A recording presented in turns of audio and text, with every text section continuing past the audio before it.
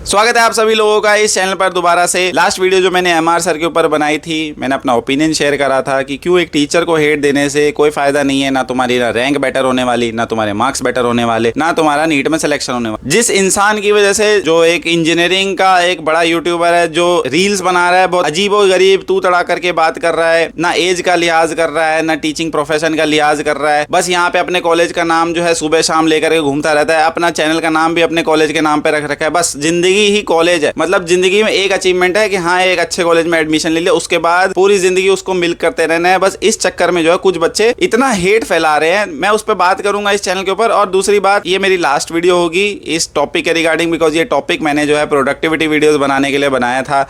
मैं जो है कंट्रोवर्शियल टॉपिक पे मैं जनरली बात नहीं करता हूं, बट मुझे ऐसा लगा कि इस पे बात करना ज़रूरी है, बिकॉज अननेसेसरी हेट फैलता है। बच्चे जो है मिसगाइड होते हैं, फिर गलत चीज़ें सीखेंगे एंड अगले साल भी फिर यही काम होगा, फिर तुम ड्रॉप लोगे, फिर जो है तीसरे टीचर को गाली दोगे। मैं इस वीडियो के अंदर कुछ स्क्रीनशॉट शेयर करूंगा जो कि 1 लाइनर 2 लाइनर सवाल थे, जिनको जो है अगर तुम बेसिक सवाल भी करके गए होते ना, तुम जो है 80 नंबर 100 नंबर इस पेपर में ले आते। मैं एक यूट्यूब का जो है वीडियो का लिंक भी दूंगा तुम्हें कमेंट बॉक्स के ऊपर, जिसके अंदर एक जो है यूट्यूब चैनल ने एक मेहनत करके जो है जितने भी उम्मीद बैच के जो लेक्चर थे इस बार जो सर ने कराए थे, तुम्हारे रिवीजन लेक्चर भी थे जिसमें उसमें ये जितने भी सवाल कराए हुए थे उससे मैचिंग इस बार नीट 2025 में भी सवाल आए हैं। सेम सवाल है, जबकि इससे ज्यादा एडवांस है। इसमें फॉर्मूला क्या लगेगा? इसमें फॉर्मूला क्या लगेगा कि force is equal to change in momentum बटा टोटल टाइम टेकन।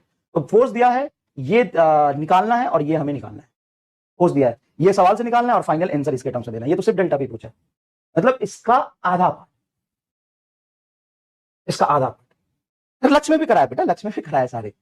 देखो अब देखना यहां पे, microscope has a objective of focal length 2 metre, eyepiece 4 centimetre and the tube length 40 centimetre. The distance of the distinct vision is 25 centimetre. Magnification of the microscope. देखना, language देखना बेटा please, language देखना। क्या लिखा है? अ microscope has the focal length of objective has 1.2 centimeter. A microscope of the objective has focal length 4 centimeter. यहाँ पे कितना है? ओ भाई 4 सेंटीमीटर, फोकल लेंथ भी 4 centimetre and 10 centimetre. Calculate the length of the microscope. यहाँ पे मैग्नीफाइंग पावर पूछा है, लेंथ दे दिया है। यहाँ पे लेंथ एंड मैग्नीफाइंग पावर दोनों पूछा है। एंड अगर तुम सिर्फ वही भी कर लेते ना, मैं तो कहता हूं तुम 20 भी सवाल कर लेते, 35 तो छोड़ो, तुम सिर्फ 20 सवाल 22 सवाल भी कर लेते ना, तुम्हारे 80-100 नंबर आ जाते। 80-100 नंबर आ जाते, तुम्हारा सिलेक्शन हो जाता।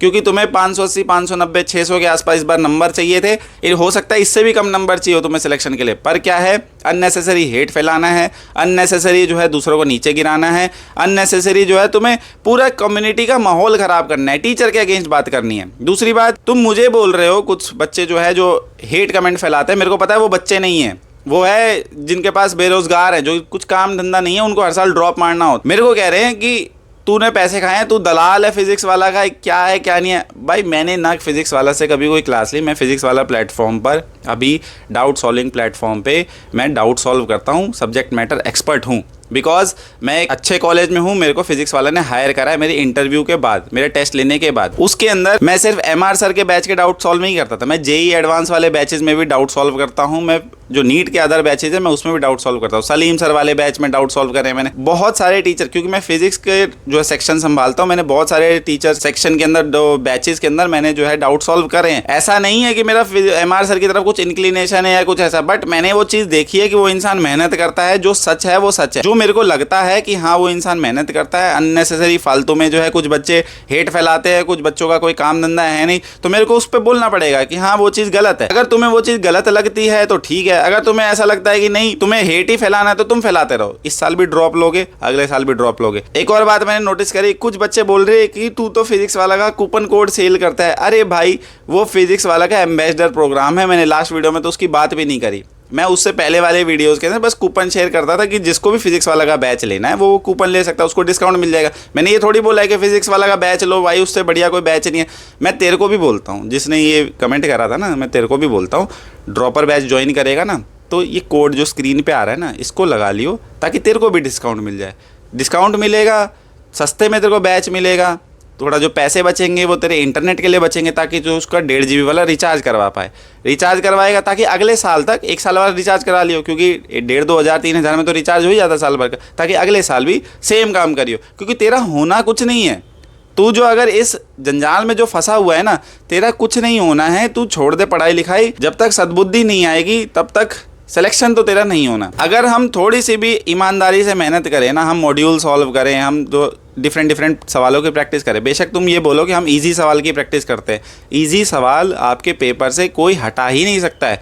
ये थोड़ी है कि 45 के 45 हार्ड ही दे देगा, 20-25 सवाल तो उसे इजी डालने ही पड़ेंगे और उतना ही करना होता है। अगर तुम सिर्फ बायो और केमिस्ट्री में भी अच्छे मार्क्स ले आते हो ना, 340-330 मार्क्स भी अगर बायो में तुम्हारे इस साल आ जाते और 150 नंबर केमिस्ट्री में आ जाते और बाकी तुम यहाँ 100 नंबर भी आए, तब भी तुम ये बोलते कि हाँ मैं जो है अपने सिलेक्शन ले सकता हूँ, बिकॉज इतनी ही कट ऑफ हम एक्सपेक्ट कर रहे हैं कि हाँ इतनी ही कट ऑफ इस साल जाएगी। एक और बात मैंने नोटिस करी, जो इन स्पेसिफिकली बच्चों के लिए मैं बात करना चाहूँगा, जो लोग जो है अननेसेसरी इधर उधर की बातें करते हैं, इन लोगों का माइंडसेट ये होता है कि मैं कितना कम से कम पढ़ाई करूं या कितना कम से कम मेहनत में मेरा काम हो जाए। अरे कॉम्पिटिटिव एग्जाम का मतलब ही ये है कि मेरे को दूसरे से बेटर करना है। दूसरों से बेटर करने का मतलब तब होगा जब तू उससे ज़्यादा प्रैक्टिस करेगा सवालों की। ये क्या मतलब हुआ कि सर ने जो सवाल करा दिया बस मैं उसी पे भरोसा करूंगा कि हाँ बस इतना ही मेरे लिए सफिशिएंट है क्योंकि सर ने बोल दिया।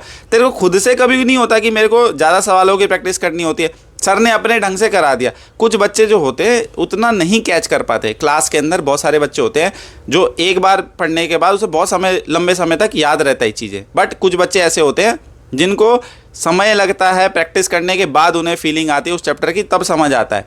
तो तू अपना लेवल तू पहचान नहीं पाया, तो उसके लिए तू टीचर को अगर ब्लेम करेगा तो फिर गलती किसकी हुई, टीचर की या तुम्हारी। अननेसेसरी हेट करना, मैं आज भी बोलता हूँ, अननेसेसरी किसी टीचर के पीछे पढ़ना, सिर्फ वो फिजिक्स वाला प्लेटफॉर्म की बात नहीं कर रहा, किसी दूसरे प्लेटफॉर्म के बारे में भी मैं बोलूँगा। अननेसेसरी किसी टीचर के पीछे पढ़ना कि तुम्हारा सिलेक्शन नहीं हुआ, सिलेक्शन ना होने की वजह तुम खुद हो, बिकॉज तुमने प्रैक्टिस नहीं करी, तुमने सवाल सॉल्व नहीं करे। मैं एक बात अपने मेंटोरशिप ग्रुप में हमेशा बोलता हूँ कि 5% जो है एक प्रोबेबिलिटी होती है कि तुम एग्जाम में अगर पैनिक कर जाओ, तुम अपना माइंडसेट ठीक ना कर पाओ, तो उस वजह से कभी कभी एग्जाम खराब हो जाता है। They are the genuine cases. But इसके अलावा अगर तुम्हारा कोई रीज़न है कि तुमसे सवाल ही सॉल्व नहीं हो रहे वहाँ बैठ करके, तुम्हें कुछ समझ ही नहीं आ रहा क्योंकि तुमने पूरे साल प्रैक्टिस ही नहीं करी है, तुम जो है एक टीचर से दूसरे टीचर, दूसरे टीचर से तीसरे टीचर, बस टीचर शिफ्ट करते रहे, सवाल कभी सॉल्व नहीं करे, डीपीपी कभी नहीं करी नहीं। तुम्हारा अगर मैं डैशबोर्ड उठा के देख लूँ ना, अगर तुम्हारा फिजिक्स वाला के अगर तुम स्टूडेंट भी हो, तुम्हारा अगर मैं डैशबोर्ड उठा के देख लूँगा, तुमने टेस्ट भी नहीं अटेम्प्ट कर रखे होंगे ढंग से।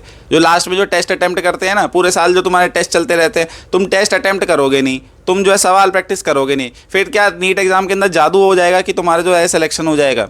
जादू होता ही नहीं है। कॉम्पिटिटिव एग्जाम में कभी जादू नहीं होता, मेहनत होती है, सिर्फ मेहनत मेहनत मेहनत, और कुछ नहीं होता इसके अलावा। बाकी जो है मैं ज़्यादा कुछ नहीं बोलूँगा, जिसको समझना था समझ गया। 2-3 साल से जो है बहुत सारा जो है इजी पेपर आता है, इस वजह से चीज़ें जो है ख़राब हो गई थी। अब मेरे को लगता है चीज़ें जो है सही लाइन पर आ जाएगी। मैं यही बोलना चाहता था इस वीडियो के अंदर। बाकी जो है इस टॉपिक के ऊपर मैं अब वीडियो नहीं बनाने वाला, बिकॉज मेरा चैनल प्रोडक्टिविटी टॉपिक्स से रिलेटेड रहता है। मैं लाइफ में अच्छा करने के लिए जो है मोटिवेट करना चाहूँगा तुम लोगों को, ना कि कंट्रोवर्सी पर और इन सब चीज़ों में उलझा के रखना। तो I wish all the best. मिलते हैं नेक्स्ट वीडियो के अंदर। बाय बाय, नमस्ते, जय हिंद।